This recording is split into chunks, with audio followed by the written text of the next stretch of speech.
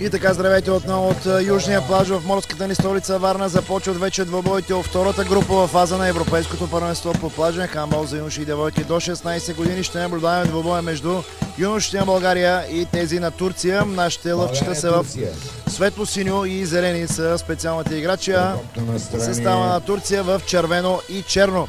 Как се стигна до този сблъсък в предварителната група, които бяха нашите момчета? Те загубиха първите си два мача, до днес успяха изключително драматично да спечелят срещу отбора на Румъния. Така завършиха с един успех и две загуби. Турците пък с 3 поражения и попаднаха в вече новосформираните нови групи от днес. 4 групи са това за разпределение на местата от 9 до 16. Нашите момчета са в група 4, заедно освен с турците, с сърбите и с Швейцария. В някои от следващите паузи ще ви кажа и какво предстои.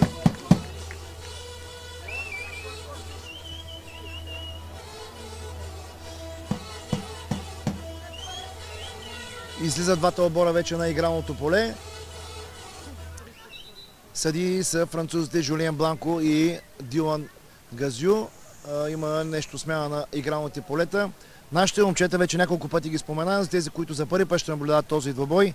Ивайло Тенев с номер 1 от състава на Асти Хаско, с 3 Никола Христаков от 8 Ловеч, 4 Георги Василев от състава на Локомотив Горна Ряховица, 5 Борис Маринов от 8, 7 капитана Даниел Иванов също от 8, 8 Христо Йорданов от Чердафон, 9 Иво Иванов от Локо Горна, 10 Торо Ганев от Чердафон, 11 Пламен Катрев Локо Горна, 12 Алекс Бойчев Чердафон, 13 Стоян Лазаров от Пирин и номер 14 Бедирхан Чондол, селекционер на България е Самет Муртазали.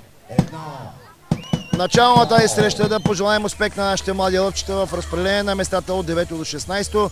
Тоест в тази битка най-добрият вариант, който може да бъде завършат 9, но това си в топ 10 и ще бъде постижение. При загуба обаче нещата ще се усложнят. Турците до момента с 3 поражения. Надявам се да продължим тази традиция. Да видим сега. Първа атака и прекрасна намеса на Алекс Бойчев, когато чухте днес. Т.е. не Бойчев, това е Демирхан Чондол.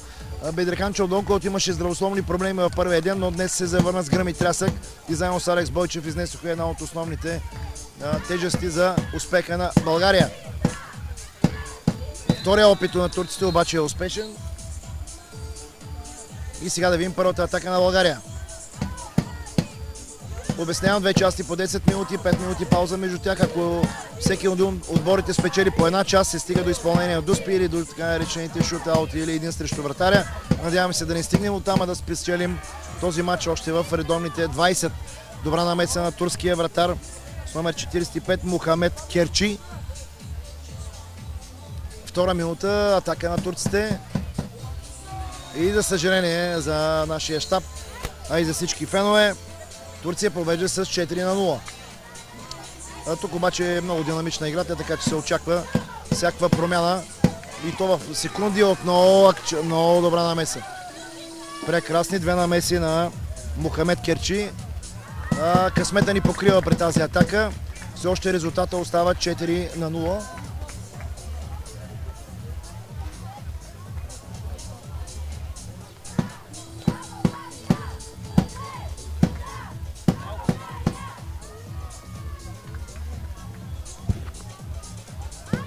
Точно в този момент, както ви споменах, виждам, че на трибуните за първи път от начало на шампионата е заместник кмета на община Варна господин Илия Коев, който е с огромен основен принос за провеждането на това европейско първенство по плажен хандбал. Не само за юноши и девойки, а за това, което се проведе и следващата седмица. Не пропускайте отново от 11 до 14 с директор на дирекция спорт Кристиян Димитров и главен експерт Данчо Илиев.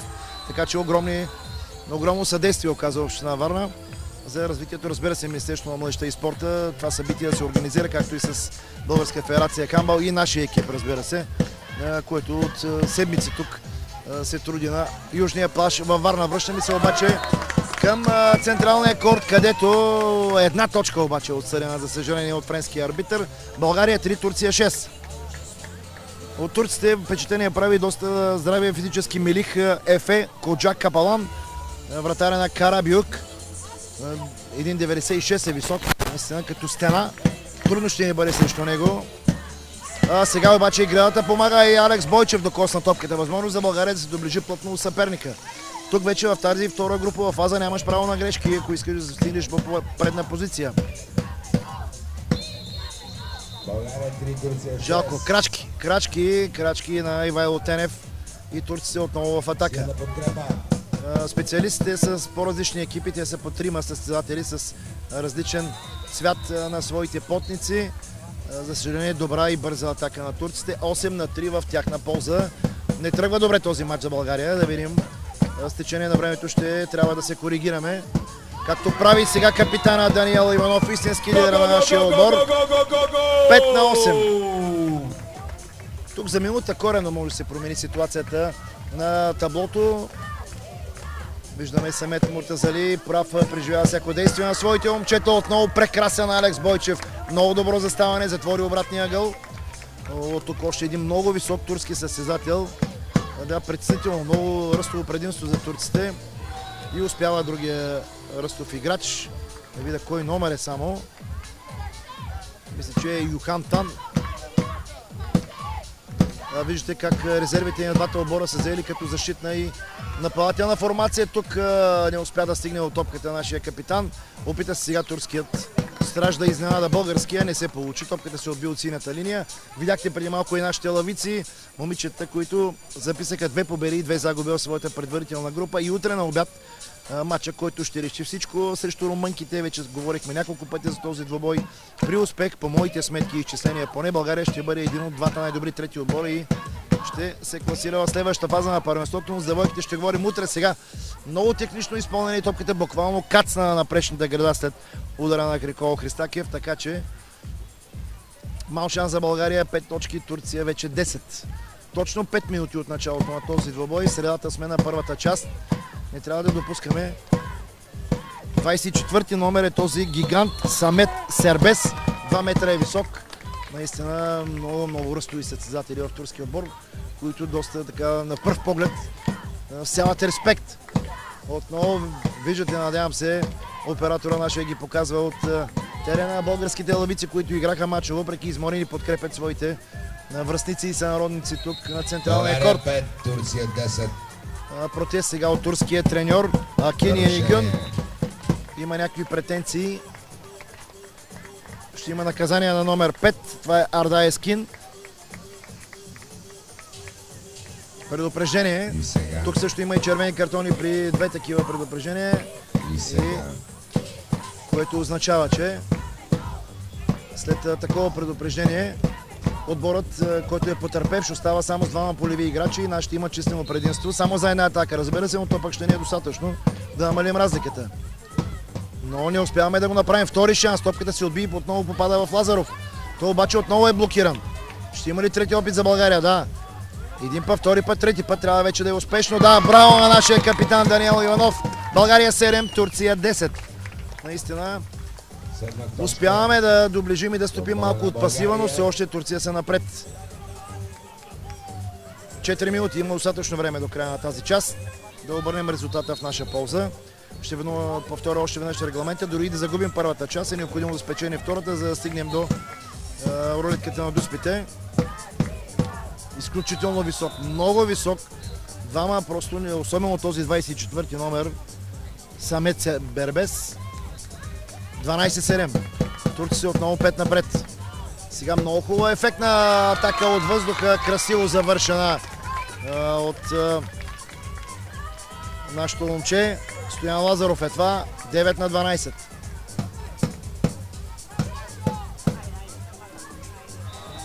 Турция връща обаче на удара веднага с попадение. 5 точки продължава да е разлика. Имаме на разположение малко повече от 3 минути. Забавихме се тук. Хубав финт с тяло, изстрел на нашия специален тук с номер 4 в случая Георги Василев, който буквално облиза левия страничен стълб, но попадение няма. Турците се радват и до момента са една крачка по-близо до спечелване на първата част от този двобой за разпределение на местата от 9 до 16. Още веднъж обаче ни разпечатват вратата. 16-9 вече за Турция. Това не е добре. Времето намаля и Самет Муртазали и неговият щаб взимат тайм-аут. Тайм-аут за България. 2 минути и 45 секунди преди края на първата част, изоставайки с 7 точки 9 на 16. Много е важно какво говори сега наставника и по-важно е да го чуят нашите момчета. Има страхотна подкрепа от трибуните. Още веднъж да кажа, тук виждам сега и президента на Родната централа Росен Добрев, който заедно с заместник кмета Ресор Спорт Илия Коев инспектира 4-те корта. След малко ще разбера каква е оценката на полувремето. За това старание, които са положили целият организационен екип, мисля, че трябва да е доволен от направеното и от постигнатото. Добри са отзивите от ЕХФ до момента. Надяваме се така да продължи и до края на следващият уикенд, когато пък ще бъдат и квалификациите за европейско първенство при мъжете и жените. Тук на тези кортове от 11 до 14. Сега обаче се връщаме на централния корт, където нашите момчета изпитват затруднения срещу връстниците си от Турция и за сега изостават в резултата с 7 точки, 9 на 16. Преодолима разлика, но трябва да стабилизираме отбраната и да бъдем абсолютно ефективни в нападение. Тук се отказа, можеше да стреля. Пасив е вдигнат, трябва да се атакува. Много трудна позиция и с помощта и на рикошет Даниел Иванов бележи нови 2 точки, 11 на 16. Съхраняваме надеждите. Отново още един висок състезател, Ардай Ескин. Той е 1,97. Наказват ни пак нашите южни съседи, 18 на 11. Този път номер 8 бележи Мехмед Демирташ. Състезател на Яни Махале. Намеса втори удар, който обаче е безпощаден. Браво на Стоян Ладоров, играчът на Пирин. 13 на 18. По-малко от 2 минути. 5 точки разлика. Ще успеем ли да наваксаме това изоставане? Чувате защита, скандират нашите момичета от трибуните. Грешка на турския нападател. Топката се чукна в напречната града и за фаут. Трябва да атакуваме не само бързо, но и ефективно. Прекрасно изпълнение. Отново браво на Лазаров. Вече стопихме разликата само до 3 точки. 15-18. Ще успеем ли да направим обрата? Вече изглежда доста по-близо и турците леко разколебани след тази серия от 2-3 неуспешни атаки. Сега е много важно. Жалко. Не успяхме да спрем тази тяхна атака. Остава само минута, а разликата е 5 точки. Все още шансове, макар и минимални. Иванов пребори се, успя да поваде. Трудна топка, пропуск на Ивайло Тенев. Това трябваше задължително да отбележим. Топка за Турция. 50 секунди.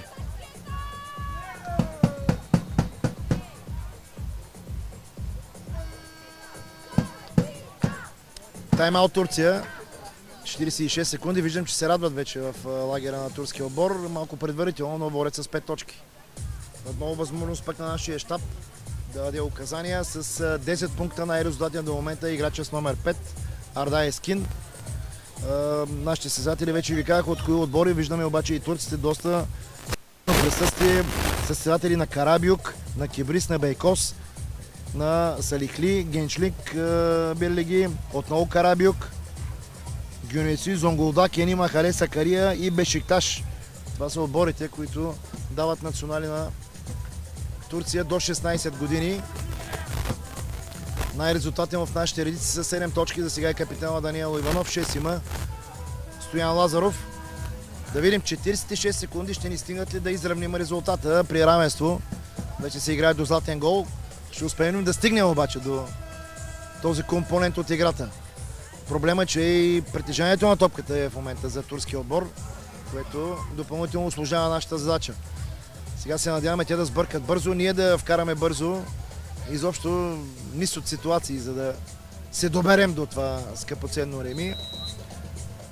Да видим. Не, няма да стане. Турците отново бележат, макар и само една точка, за да се подсигурят.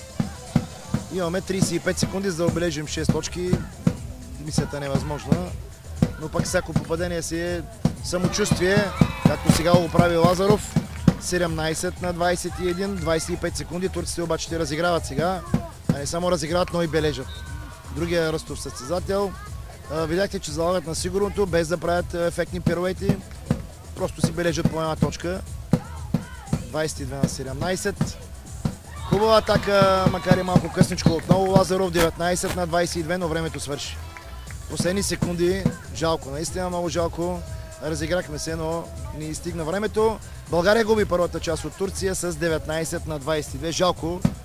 Бяхме близо до успех, но остават надеждите за втората. Повтарям регламента. При успех в нея ще се стигне до дуспи по 5 изпълнения. Шутаут 1 срещу вратаря. При това обаче ще има почивка. Пауза от 5 минути за нашите лъвчета, дано да си вземат необходимите полуки и да ги видим коренно преобразени през втората част. Българска федерация хандбал и екипите в организационния комитет. Може би ще има и доста интересни имена.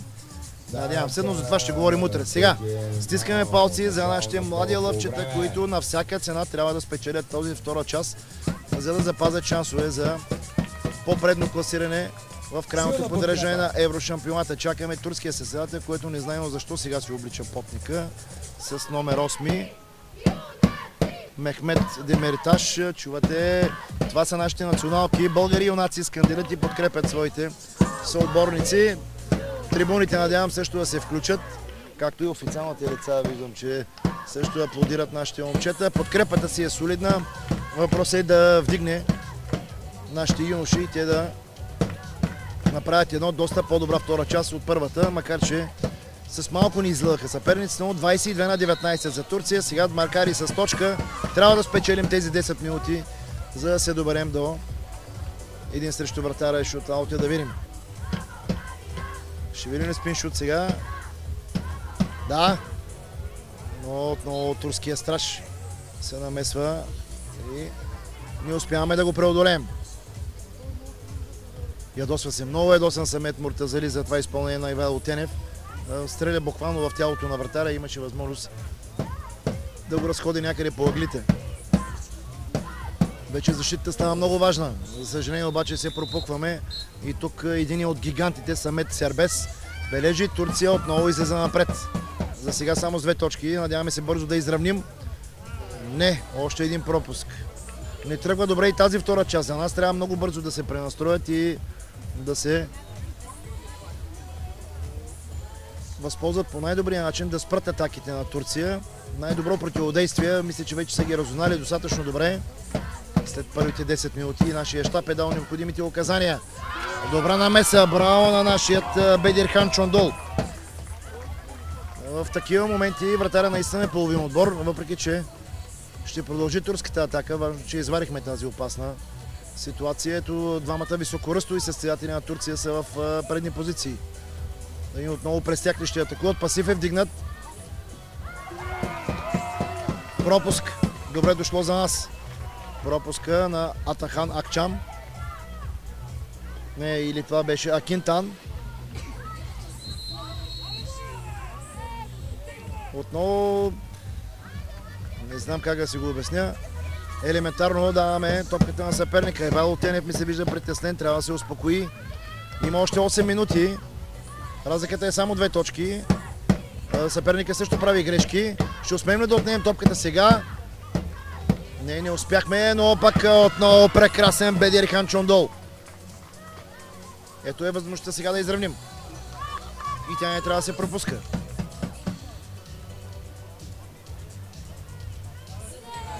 Грешка.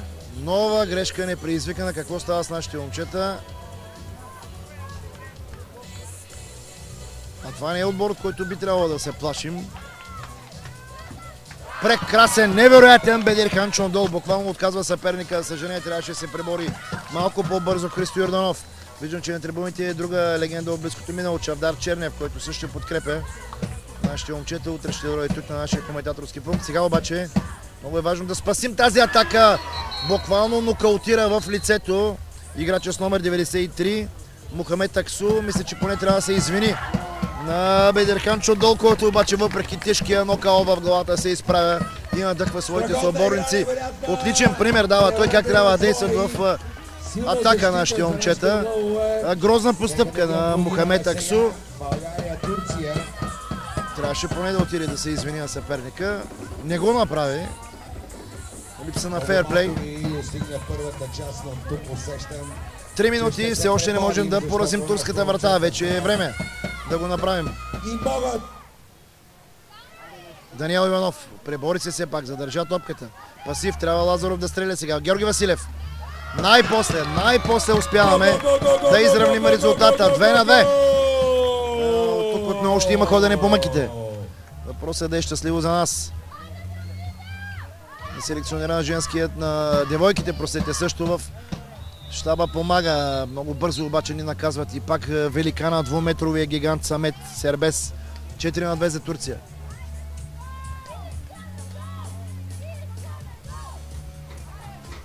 Още един пропуск, втори шанс. Ще овладеем ли топката? Не. Как ще пробват сега? Трябва да сменят, може би, схемата тук. Там през високите трудно се получават централни. На левия фланг може би трябва да комбинират. Избърза Георги Василев, стреля в аут. Припрени, много припрени за нашите момчета. Разбираемо е, че искат горят от желание да изравнят и да победат, но трябва и малко търпение се прояви в тези моменти при разиграванията. Добре, че и турците бъркат. Какво е оцелено тук? Имаше здрав контакт. Да, френските рефери отсъждат нарушения на нашия състезател, което означава 6-метрово хвърляне. Юмет Тан с номер 10.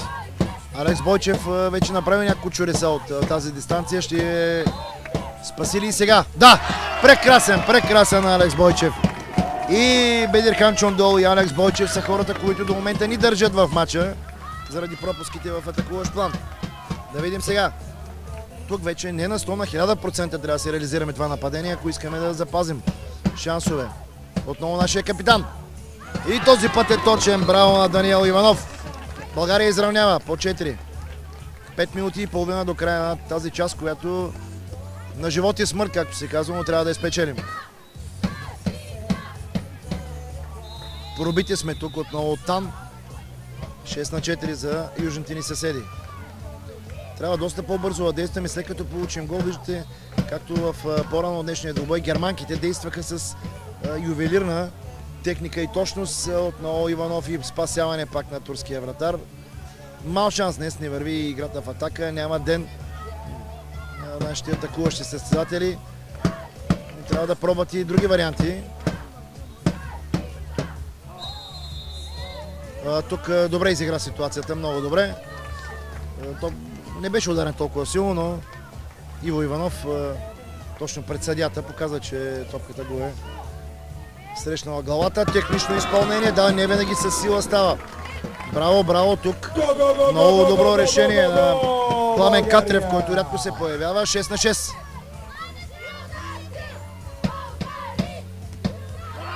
Какъв шпагат във въздуха с върха на левия крак на големия пръст Бедирхан Чондол, но няма значение с какво. Вратата е запазена суха. Сега България вече има възможност да поведе в тази 6-та минута. И го прави с специалния пробив на Георги Василев. България 8, Турция 6, обаче има 4 минути до края. Как ще треперим да запазим тези скъпоценни 2 точки? Призовават от нашия щаб да вдигнат ръцете, да пречат на видимостта на турските състезатели. Не успяхме да попречим тук обаче на Ардай Ескин, който бързо изравнява 8-8. Стигаме бързо до позиция. Капитана Иванов преодолява турския вратар. 10-8 за България. До тук добре, както се казва, да видим какво ще направим сега в защита. Отново 2-метровия гигант Сербес. Трябва да е по-зорко охраняван. Оголихме позиции по фланга. Града. Ще продължи турското нападение. Показва, че нашият състезател играе последен с топката. Имаше негодование от трибуните. Ще открадне ли топката сега? Спорна топка трябва да е това. Остава във владение Турция. И пак по десния фланг, но пак непробиваем. Бедирхан Чондол до момента е играч на матча. Също и Алекс Бойчев. И двамата са с невероятни намеси до момента. Отчаиват турските нападатели, което ги разколебава, разбира се. Добре дошло пък за нашите офанзивни играчи. Тук трябва да реализира сега. Не, жалко, много жалко Пламен Катрев. Малко игрови минути има той. Трудно се влиза в игрови ритъм. 2 минути и половина до края. Тайм-аут Турция.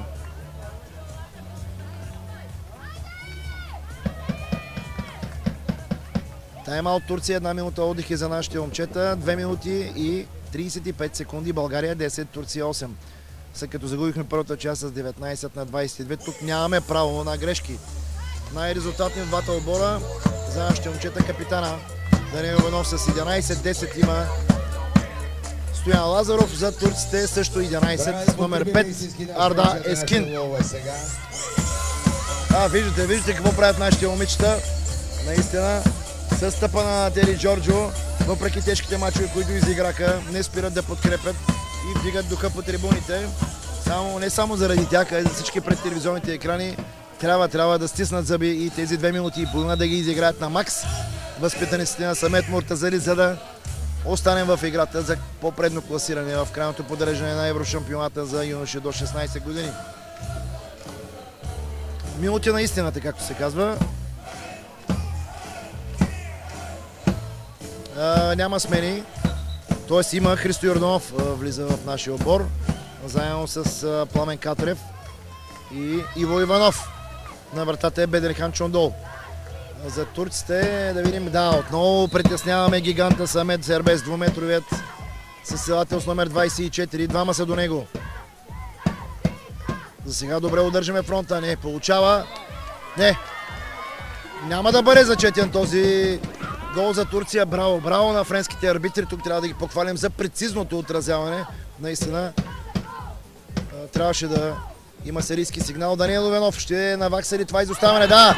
Много важно попадение за България. 12 на 8. Капитана отново дава пример на своите съотборници. Точно 2 минути. 4 точки аванс. Ще ни стигнат ли? Трябва да ни стигнат. Отличен плон, самопожертвователна игра. Трябва да запазим спокойствие. Точно така, търпение. Търпение, ни трябва да пребързаме. Водим в резултата. Времето работи за нас. Сега пък ни се иска колкото може по-бързо да свърши този матч. Страхотен Георги Василев. Нанесахме своя удар само за 1 минута след този тайм-аут за Турция. България 14, Турция 8, минута и половина. Вече можем една идея малко по-спокойно да дишаме, но не трябва да се отпускаме. Заключва вратата Бедерхан Чондол. Много стабилни намеси и на двамата ни вратари. Минута и 10. Тук може и малко да поимитираме, да позабавим разиграването. Ще видим пасив естествено, но всяка секунда ще бъде ценна. Атака. Играем на сигурно за една точка. Браво! Пламен Катрев. 15 на 8. Последна минута на двобоя. 7 точки би трябвало да стигнат.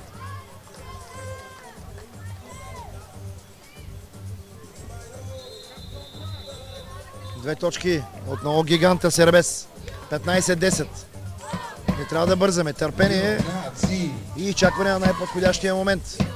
Чувате, българи юнаци. Не може да ни им дава крилия на нашите момчета. Отлично. Браво. Тук си подпечатваме успеха. 17 на 10, 20 секунди до края. Няма какво да се случи. Ще има рулетка. Ще има и дуспи. Ще има екшън, както се казва, следващите секунди. Само очакваме да фиксираме крайният резултат.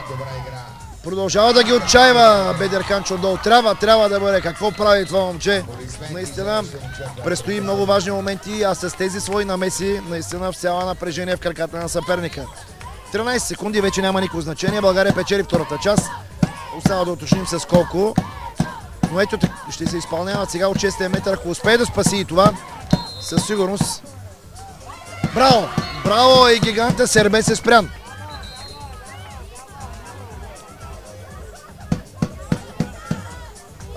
Ще гледат вар обаче двамата рефери. Но тук мисля, че и аз видях, че топката не премина гол линията, но все пак за да се уверят. Това е добре дошло и за нашите момчета да се отдъхнат. Няма никакво значение дали ще бъде признат този 6 метров удар или не. Разликата е 7 точки в наша полза. Все пак по правилник трябва да погледнат. Какво показва вара? Да видим. Естествено, че няма гол. Сега остава спокойно да завършим тези 10 секунди и вече да се съсредоточим върху най-важните изпълнения след това. Може дори да не обстрелваме вратата на Турция. красиво изпълнение. Това беше наистина страхотен завършек.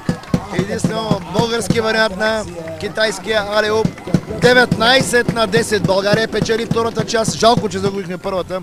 Минимално с 19-22. И сега кратка почивка за двата отбора и трябва да бъдат определени 5 изпълнителя на шутаута един срещу вратаря. Да видим кои са определените от Самет Муртазали.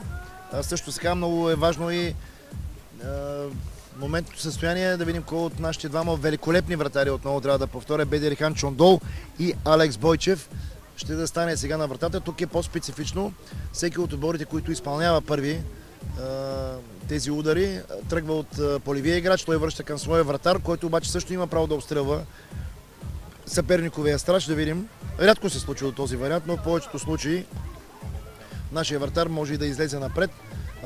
Всъщност може и да не е Демирхан Чондол или пък Алекс Бойчев. Демирхан обаче остава, Бедирхан Чондол. Да видим. Бедо, както го наричат тук девойките от националния отбор. Да видим. Първи започват турците, стискаме палци на Бедирхан. С номер 10 мисля, че това е Юмер Тан. Минути на истината. Точно така. Тан срещу Бедирхан. Внимание! Забави се, не излезе нашето момче. Тан обаче бележи и извежда Турция напред. Точно изпълнение при първият шутаут тук. 2-0 за Турция. Сега е ред на нашето изпълнение. Капитана, естествено, Даниил Иванов трябва да поведе своите съоборници към успех. Мухамед Керчи на вратата на Турция. Да видим.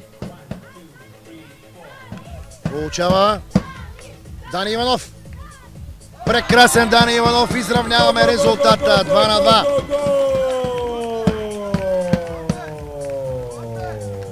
Страхотно изпълнение. Тан застава на вратата. А сега двуметровия гигант. 24 номер Самет Сербес.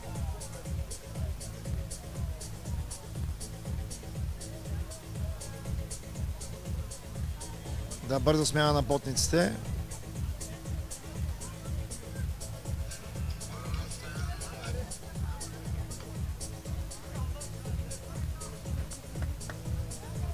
Турция. Двуметровия Сербес срещу нашия капитан. Да видим. Много е висок Сербес. Забави се. И с този ръст бележи нови 2 точки за Турция. 4-2. Макар че не беше толкова уверен.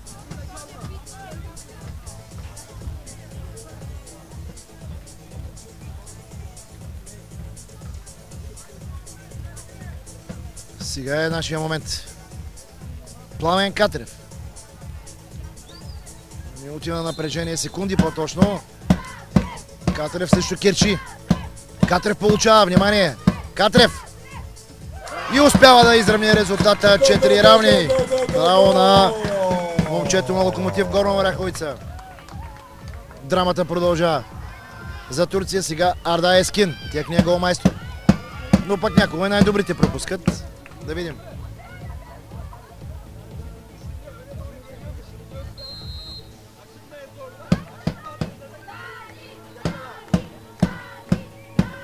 Ескин срещу Дани Иванов. Прекрасен Дани Иванов. Няма гол. Отличен блок на нашия капитан. Ето го в момента, че най-добрият реализатор на Турция пропусна сам срещу вратаря. И казах ви някой път и най-добрите реализатори пропускат. Това се случи за турския голмайстор, за наш късмет, разбира се. Резултатът остава равен, но вече ние имаме 3 изпълнения, турците само 2. Кой сега ще тръгне за България? Да видим. С номер 3. Това е Никола Христяков. Получава. Ще изчака ли или ще атакува? Прекрасно изпълнение. Керчи е надигран. 6-4 за България след първите 3 удара. Остават още по 2. Много важен момент, ако успеем да спасим и този, или пък турците стрелят в аут, до голяма степен ще си подпечатаме този драматичен успех. Да не избързаме обаче.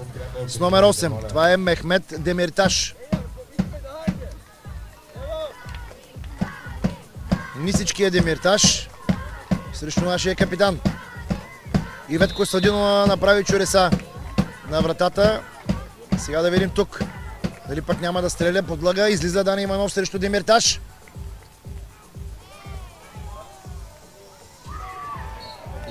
Жалко тази бабуна.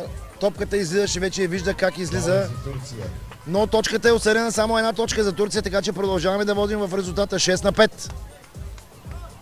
Можеше и въобще да няма точка, но пясъка тук, бабуната, помогна буквално.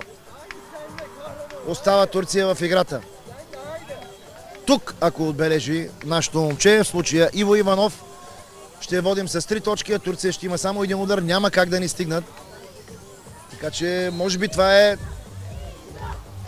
изпълнението или момента на истината. Иво Иванов излиза срещу него, залага на сигурното, една точка, 7-5 преди последните изпълнения. Ами може би и това е тактически вариант. По един удари за двата отбора, ние водим обаче с 2 точки. Ако турците сега е ясно, че ще играят за 2, но ако успеем да преотвъртим, победата е наша. Дори да успее да отбележат, все още ще имаме още едно изпълнение. Защо се по трудния начин трябва да се получават нещата, но стискаме палци да измъкнем този успех. Да видим сега. Какво ще предприемат турци? Дани Иванов се чури да излезе, стои на 6 метър. Сега излиза срещу турския състезател, който го атакува и успява да отбележи 2 точки. Изравнява резултата. Драмата е пълна. 7-7 и последно изпълнение за България. Да видим кого. И сега. Кой ще реши съдбата? Георги Василев едва. Георги Василев. Дори една точка ни е достатъчна. Георги Василев трябва да я отбележи. Да видим. Ще използвате нещо друго по-различно, не вярвам. Георги Василев към Дани Иванов. Излиза Кирчи. Внимание! Решава да стреля! И какво се случи? Дани Иванов рискува. Топката мина на сантиметри покрай вратата. Какъв мал шанс. Просто виждах как влиза във вратата, но от една бабуна се отклони. И при изпълнението на дуспите шутаут един срещу вратаря, както и да му наречем. България-Турция равенство 7-7. Сега смяна на игралните полета. До пропуск всички българи. Играе се до пропуск. До пропуск. Добър ден. Жалко, много жалко. Заслужаваха нашите момчета да стигнат до успеха. Кристиян Димитров, добър ден. Добре дошли на цялата делегация. Кой? Дани Иванов ще смени потника тук. Точно така. Добър ден на заместник. Късмета се усмихна тук на Турция. И президента на Българска федерация Хамбал, господин Росен Добрев. Сега да се върнем в матча. По-голяма драма от това до сега не бяхме наблюдавали. След 5 изпълнения обикновено се решаваше всичко, сега обаче ще са повече. Да видим колко ще бъдат. Дали след първото ще стане ясно крайният победител.